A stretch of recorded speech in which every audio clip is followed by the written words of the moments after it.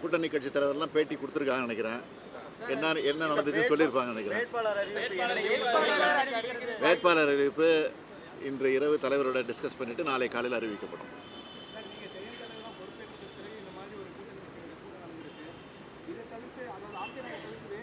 செயல் தலைவரானதுக்காக அந்த கூட்டம் இல்லை.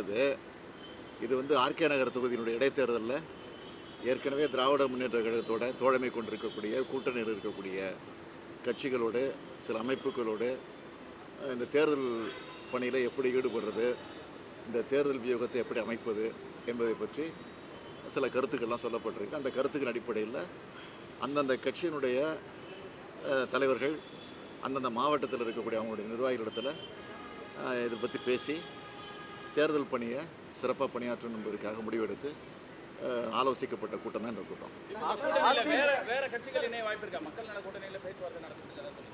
மக்கள் நல கூட்டணி பேச்சுவார்த்தை நடத்தல. நேற்றைய தினத்தில் பேசுறப்ப எந்தெந்த கட்சிகள்லாம் வராங்களோ அதிமுக எதிராகவும் வரவேற்கிறோம். நீங்க இது வரைக்கும் அப்படி யாரும் வந்திருக்காங்க, ஏதாவது பேச்சுவார்த்தை ஈடுபடுறாங்களா?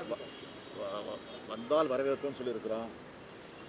எனவே வந்தால் நிச்சயமாக உங்களுக்கு அது தெரியாமல் இருக்காது. அதிமுகவில் ஏற்பட்டிருக்கிற பிளவு இந்த ஆர்கே நகர் தேர்தலில் எந்த அளவுக்கு திமுகவுக்கு வெற்றி வாய்ப்பு கொடுக்கும்?